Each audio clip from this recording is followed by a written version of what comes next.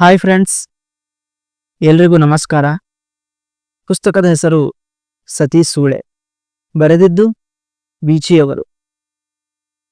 ಈ ಪುಸ್ತಕ ಓದಲು ಮುಖ್ಯ ಕಾರಣವೇನೆಂದರೆ, ಒಂದು ಪುಸ್ತಕದ ಟೈಟಲ್, ಇನ್ನೊಂದು ಬೀಚಿ.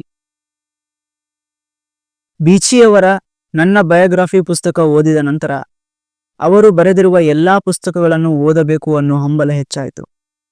ಅದು ಅವರ ಬರವಣಿಗೆಯೇ ಇದ್ದ ತಾಕತ್ತು. ಹಾಗೂ ಅವರ ನೇರ ನುಡಿಗಳು, ಹಾಸ್ಯದೊಳಗೆ ಇರುತ್ತಿದ್ದ ಗಂಭೀರ ಸಂದೇಶಗಳು, ಗಂಭೀರತೆಯೊಳಗೆ ಅವರು ಹುಡುಕುತ್ತಿದ್ದ ಹಾಸ್ಯಗಳು ಎಲ್ಲವೂ ನನ್ನ ಮುಂದಿನ ಓದಿಗೆ ಪ್ರೋತ್ಸಾಹ ನೀಡಿದವು. ಈ ಪುಸ್ತಕದಲ್ಲಿ ಬೀಚಿಯವರು ಸೂಳೆಯ ಮಗಳು ಸೂಳೆಯೇ ಆಗಬೇಕಾ, ಬೇರೆ ಏನಾದರೂ ಆದರೆ ಈ ಸಮಾಜ ಒಪ್ಪುವುದಿಲ್ಲವೋ, ಸಮಾಜ ಒಪ್ಪದಿದ್ದರೆ ಏನಾಯಿತು, ನನ್ನ ಮನಸ್ಸು ಒಪ್ಪಿದರೆ ಸಾಕು ಅಂತ ಹೋದ ಒಂದು ಹೆಣ್ಣಿನ ಕತೆ ಬರೆದಿದ್ದಾರೆ. ಬರೀ ಕ್ಯಾಚಿ ಟೈಟಲ್ ಇಟ್ಟು ಓದುಗರನ್ನು ಸೆಳಿಬೇಕಂತ ಬೀಚಿಯವರು ಪ್ರಯತ್ನ ಪಟ್ಟಿಲ್ಲ. ಅವರಿಟ್ಟ ಹೆಸರಿನಂತೆಯೇ ಇಡೀ ಪುಸ್ತಕದ ತುಂಬ ಸಮರ್ಥಿಸಿಕೊಂಡಿದ್ದಾರೆ.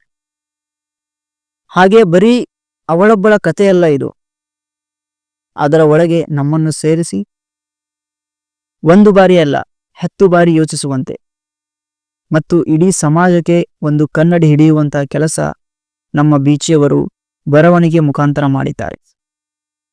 ನೀವು ಪುಸ್ತಕ ಪ್ರಿಯರಾಗಿದ್ರೆ, ಕನ್ನಡ ಸಾಹಿತ್ಯ ಓದುಗರಾಗಿದ್ರೆ ಈ ಪುಸ್ತಕವನ್ನು 1 ಬಾರಿ ಓದಲೇಬೇಕು. ಇದು ನನ್ನ ಪುಟ್ಟ ಸಲಹೆ. ಇಂತಿ ನಿಮ್ಮೊಳಗೊಬ್ಬ ಆಕಾಶ್ ಕನ್ನಡಿಗ.